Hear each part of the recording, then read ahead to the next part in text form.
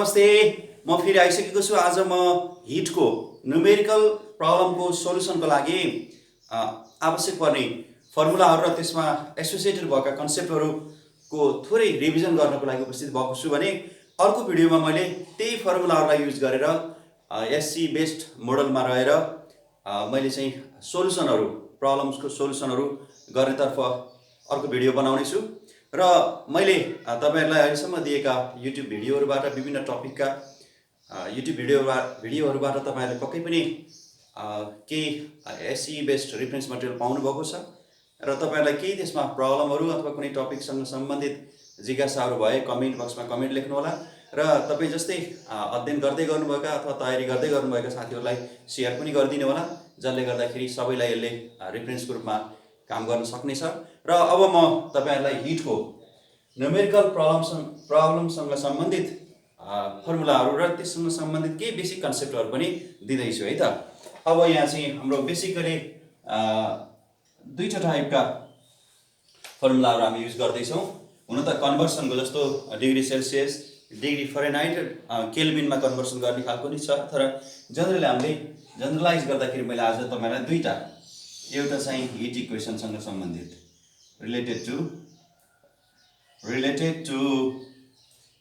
Hit equation है त, hit इक्वेसनसँग सम्बन्धित।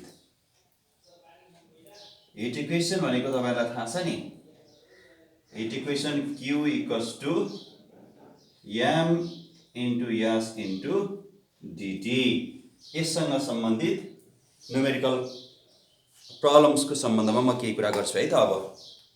अब यहाँ चाहिँ Q equals to ms dt छ।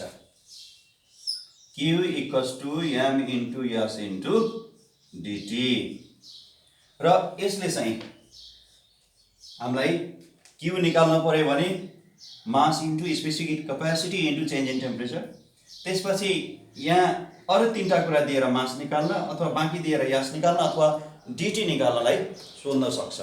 त्यही भएर यसले के कुरा डिराइभ गर्न सक्छौं यहाँबाट भन्दाखेरि, जस्तो यहाँबाट हामीलाई यदि मास चाहियो भने के गर्ने, यहाँबाट मास चाहियो भने मास इक्वल्स टु के गर्नुस् त, Q लाई माइक्रोग्राविटीले डिभाइड गर्नुस्, Q बाइ के हुने भयो यास इन्टु dt, यो एउटा भयो।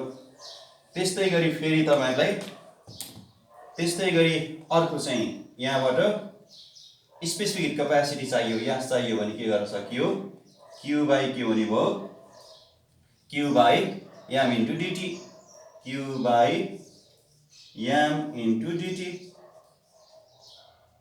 फेरि अर्को तपाईहरुलाई यहाँबाट स्पेसिफिक क्यापेसिटी चाहियो भने, dt चाहियो भने, सरी तपाईहरुलाई फेरि चेन्ज इन टेम्परेचर dt चाहियो भने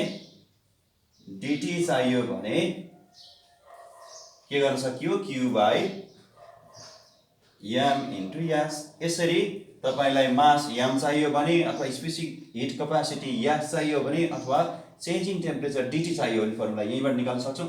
कमनली बेसिक फर्मुला भनेको Q equals to ms m into s into dt हो है त। यो चाहिँ तपाईहरुलाई एउटा मैले बताएँ।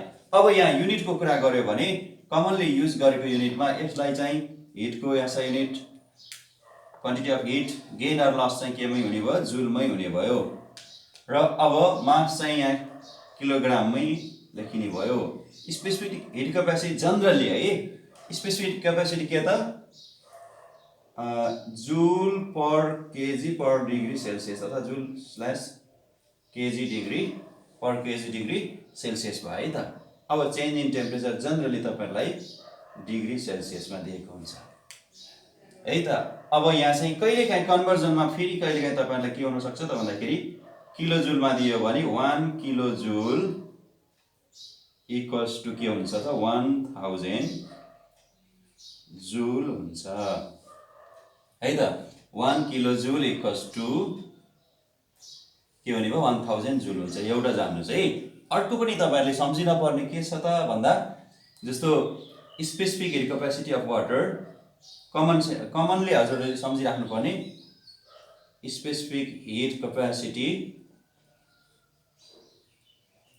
capacity of water equals to कति छ त 4200 joule per KG degree Celsius छ।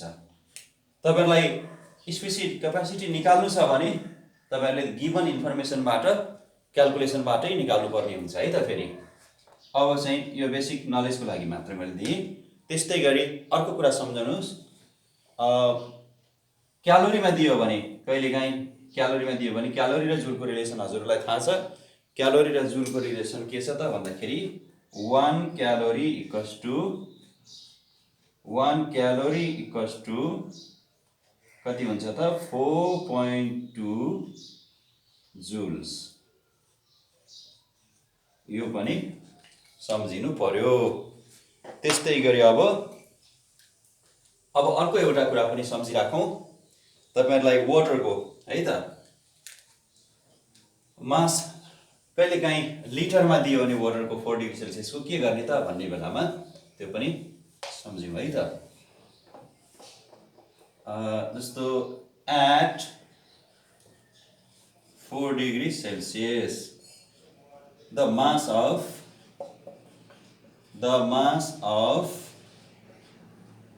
1 liter of water equals to 1 kilogram हुन्छ है त। यो पनि सम्झिनुस्। 4 डिग्री सेल्सियसको पानीको डेन्सिटी सबभन्दा बढी हुन्छ, थाहा छ नि हजुरलाई। The water of temperature 4 degree Celsius has the maximum density, so that at 4 degree Celsius the mass of 1 liter of water is equal to 1 kilogram। यो पनि सम्झिनुस्। कहिलेकाहीँ 4 डिग्री को यति लिटर पानीलाई तताउँदा भन्ने खालको क्वेसन आयो भने के बुझ्नु पर्यो, त्यो लिटर जति छ त्यति नै पानीको 4 डिग्रीमा किलोग्राम मास हुन्छ। यो पनि एउटा सम्झिनु पर्ने कुरा छ है त। अनि फेरि अर्को कुरा तपाईहरुलाई कन्भर्जन आयो भने किलो भन्ने मैले बताइसकेँ। त्यस्तै गरी कहिलेकाहीँ ग्राममा दियो भने पनि किलोग्राममा लानु पर्यो। जस्तो फेरि 1 तपाईलाई एकदम थाहा छ त 1 केजी किलोग्राम भनेको कति हो त 1000 ग्राम हो। यो त थाहा छँदैछ तपाईहरुलाई। त्यो पनि कहिलेकाहीँ मास त्यसरी दिन सक्छ। अब यसरी Q equals to m into s into dt बाट मास m निकाल्न सकियो, स्पेसिफिक क्यापासिटी s निकाल्न सकियो र चेन्ज इन टेम्परेचर dt निकाल्न सकियो। चेन्ज इन टेम्परेचरको सेन्समा पनि म तपाईहरुलाई थोरै कुरा बताउँछु। धेरै क्वेसनहरुमा कहीँ कन्फ्युजिङ टाइपको क्वेसनहरु दिएको हुन सक्छ, स्टुडेन्टहरु झुकिन सकिन्छ हामी। त्यही कारणले मैले अब यहाँ थोरै कुरा चेन्ज इन टेम्परेचरको कुरा पनि बताइहालौँ। त्यसपछि दोस्रो फर्मुलामा जाउँ अनि अर्को भिडियोमा चाहिँ हामी न्युमेरिकल गर्छौँ। अब यहाँ चाहिँ चेन्ज इन टेम्परेचर जहिले पनि याद गर्नुस्, चेन्ज इन टेम्परेचर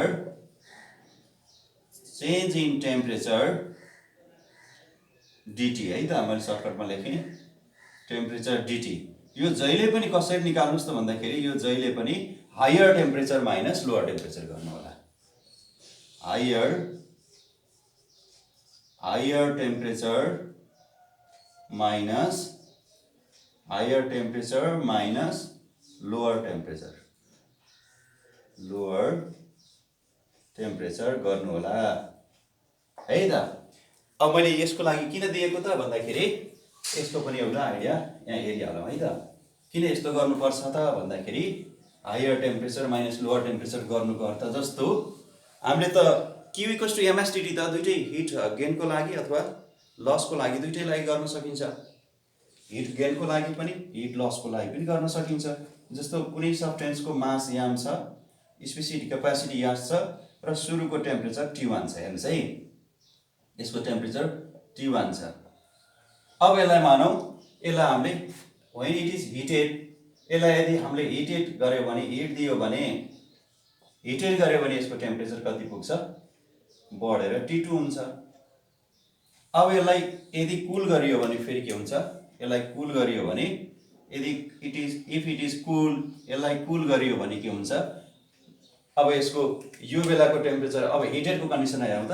यो त थोरै टेम्परेचर थियो, तातेपछि के भयो त धेरै बढायो। त्यही भएर यहाँको dt के हुने भयो यहाँ चाहिँ T2 चाहिँ मोर हुन्छ। त्यही भएर हायर माइनस लोअर घटाउनुस्, हायरबाट लोअर घटाउनुस्, higher minus lower temperature T2 minus T1 भयो हैन त।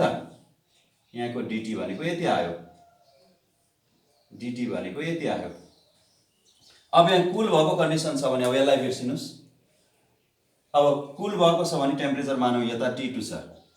अब त यहाँ के त पहिला धेरै थियो, अहिले सेलाउन हालेपछि टेम्परेचर घट्यो, यो T1 भन्दा T2 घट्यो, T1 नै ठुलो छ, त्यही भएर यहाँ के हुने भयो त यो केसको dt भनेको कति हुने भयो T1 - T2, T1 - T2 हैन त।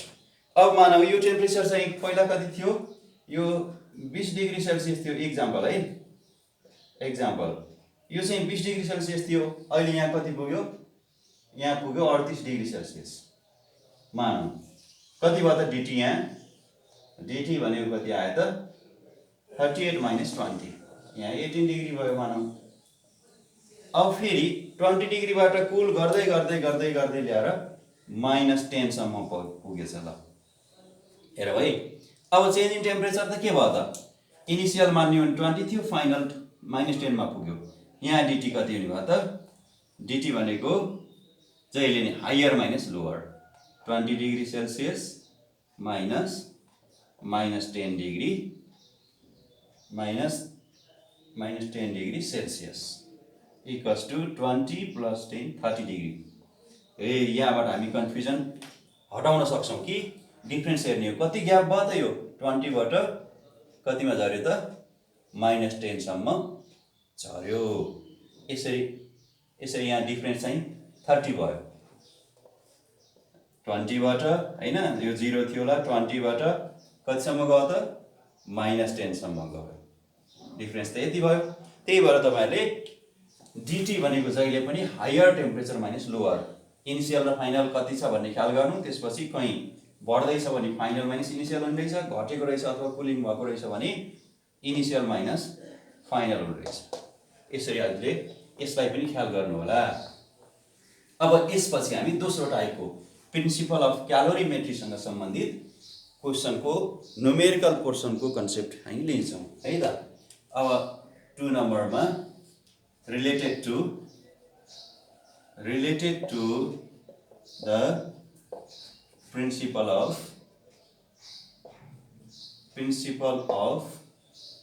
calorimetry,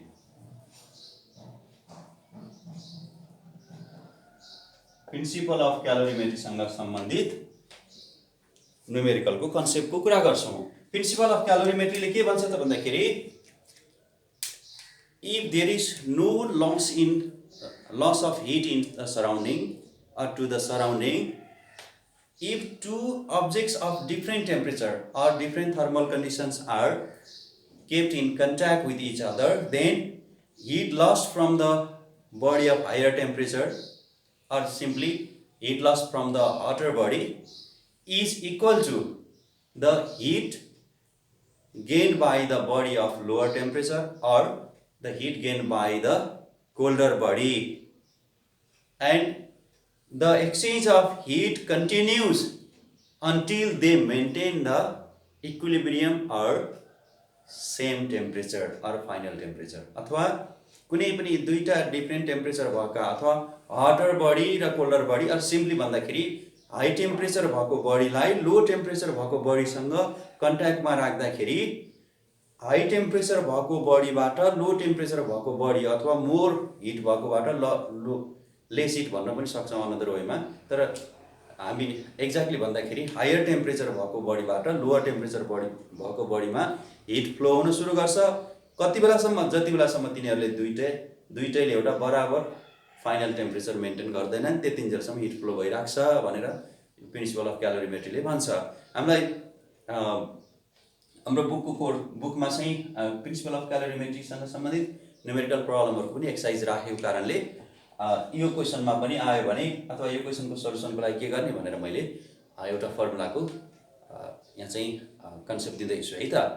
अब यो चाहिँ सिम्पली अरु कन्डिसनलाई नलेखिन हैन, if there is no loss of heat to the surrounding or the loss of heat to the surrounding is if it is neglected भनेर जाउँ। अब सिधै त्यसलाई छोटोमा सिम्पल वेमा मात्रै जाउँ यसलाई। heat lost by hot body or hot body, that is the body at higher temperature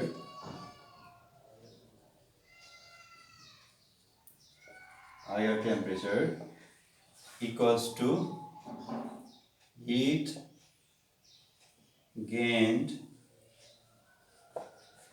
by the cold body कुन सेन्समा भन्दाखेरि that is the body of the lower temperature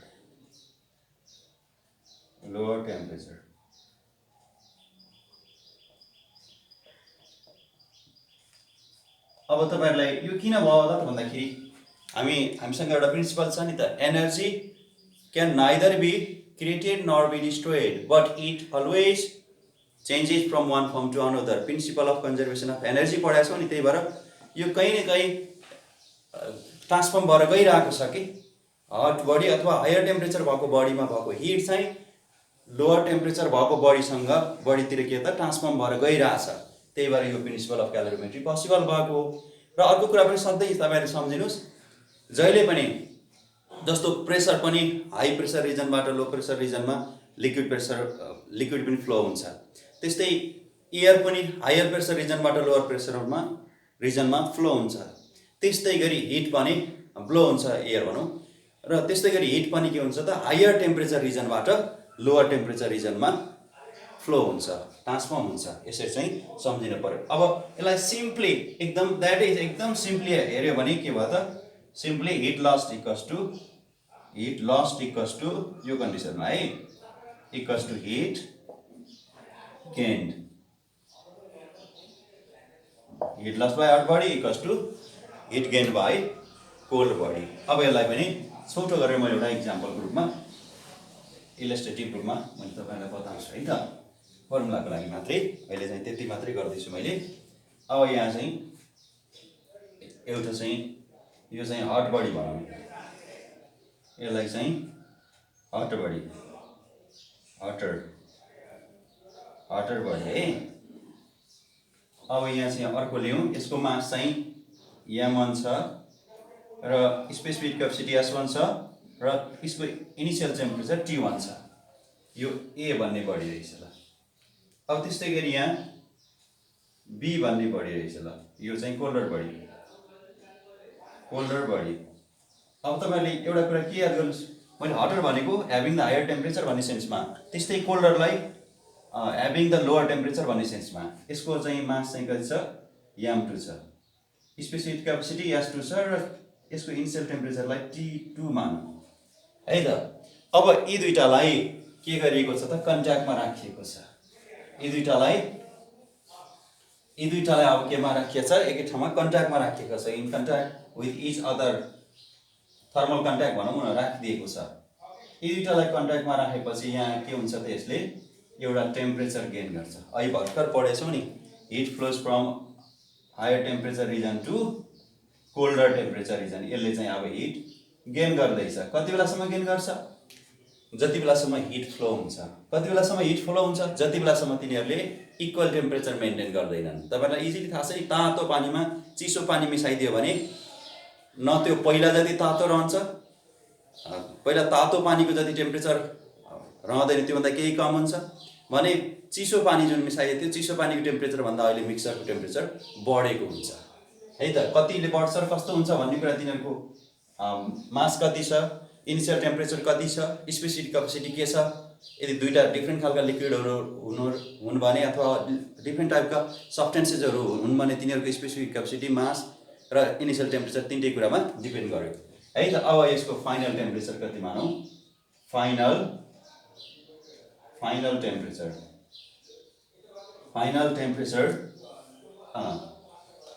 of the mixer यो कति मानौँ त, यसलाई मानौँ T मानौँ, यसलाई चाहिँ T मानौँ है त फाइनल टेम्परेचर। अब यहाँ तपाईहरुले जान्नुपर्ने यहाँ के छ त यसको चेन्ज इन टेम्परेचर कति भयो त यसको लागि मानौँ DT1 मान्यो भने कति हुने भयो त DT1 हेर्नुस् त यो तातो थियो तातोबाट चिसोसँग मिसाउँदाखेरि तातोमा पहिला भन्दा केही टेम्परेचर घट्यो भनेपछि यो टेम्परेचर चाहिँ घटेको रहेछ यो चाहिँ धेरै रहेछ भनेपछि अहिले भर्खर मैले भने हायर माइनस लोअर टेम्परेचर हुन्छ यो T1 र T मध्ये यो त पहिला तातो थियो अहिले चाहिँ मिक्सरको टेम्परेचर कम छ पहिलाको तातो भन्दा भनेपछि T1 माइनस के हुने भयो क्यापिटल T भयो अब यसको DT हेरौँ यसको DT लाई DT2 बराबर कति हुने भयो हेर्नुस् त यो पहिला चिसो थियो अब मिसाइसकेपछि त तातोसँग मिसाएपछि त बढ्यो भनेपछि यो पहिलाको चिसोको टेम्परेचर भन्दा त पक्कै मिक्सरको बढी हुन्छ त्यही भएर T माइनस T2 हुने भयो चेन्ज इन टेम्परेचर मैले फेरि भनेको छु कम्पेयर गर्नुस् ती मध्ये जसको लागि चाहिएको छ त्यसकै त हायर माइनस लोअर गर्नुस् अब यसरी यहाँको दुईटै आयो है त अब हामीले अहिले भनिएको थियो नि त हिट लस्ट अरु कन्डिसनहरु हामीले नेग्लेक्ट गरेका छौं heat lost by hot body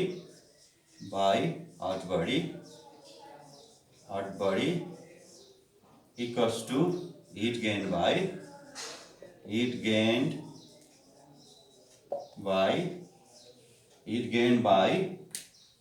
cold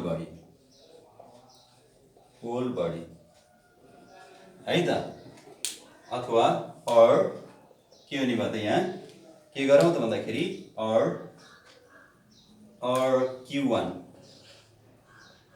Q1 equals to Q2 हेर्नु है Q1 equals to Q2 भयो है अब Q1 भनेको कति छ त मैले Q1 लाई रातोले लेखे है Q1 भनेको M1 into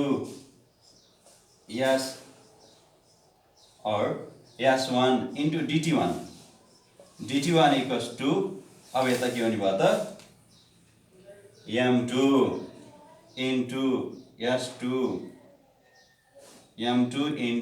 S2 into DT2 और M1 भनेको यहाँ के हुने भयो त M1 into S1 into DT1 कति छ त DT1 भनेको हटर बडीले चेन्ज गरेको टेम्परेचर अब पहिला टेम्परेचर बढी र मिक्सर टेम्परेचर अलिक कम हुन्छ त्यही भएपछि के भयो त सुरुको temperature T1 minus equilibrium temperature final temperature अथवा टेम्परेचर अफ द मिक्सर यहाँ फेरि M2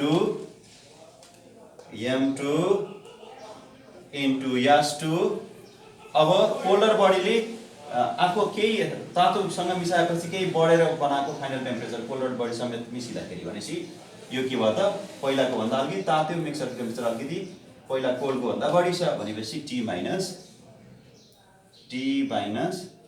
T2 अब यसरी यो कन्डिसनको क्वेशनहरु पनि सम्झिनु पर्यो है त यो चाहिँ फर्मुला भयो है त अब यहाँ चाहिँ तपाईहरुलाई नुहाउनको लागि यति लिटर अथवा यति केजी को तातो पानीसँग यति डिग्रीको तातो पानीसँग यति डिग्रीको चिसो पानी मिसाइएको छ भनेर सोध्ला कहिलेकाहीँ मिल्क र वाटर मिसाइएको छ भन्ला कहिलेकाहीँ कुनै मेटल हट मेटललाई वाटरमा राखिएको छ भन्ला कुनै बेला फेरि हट वाटरमा मेटललाई राखिएको छ भन्ला त्यसपछि फाइनल टेम्परेचर सोध्ला अथवा कति मास मिसाउनु पर्ला भन्ला अथवा तातोको मास कति चिसोको मास कति तातोको मास कति अथवा चिसोको मास कति अथवा पहिलो सब्स्टेन्सको स्पेसिफिक क्यापेसिटी कति कोल्डको स्पेसिफिक क्यापेसिटी कति अथवा फाइनल टेम्परेचर कति होला अथवा सुरुको हट बडीको टेम्परेचर कति थियो होला अथवा कोल्ड बडीको टेम्परेचर कति थियो होला यी सबैले जुन खालका क्वेशन सोधे पनि यहाँबाट हामी क्लियरली जान सक्छौं अब मेरो नेक्स्ट भिडियोमा मैले न्यूमेरिकल प्रब्लम्सहरुको सोलुसन गर्नेछु र I hope that you will see that video and you will gain the more concept about the numerical problems and their solutions in next video too. Till then, have a very nice time. Goodbye. Namaste.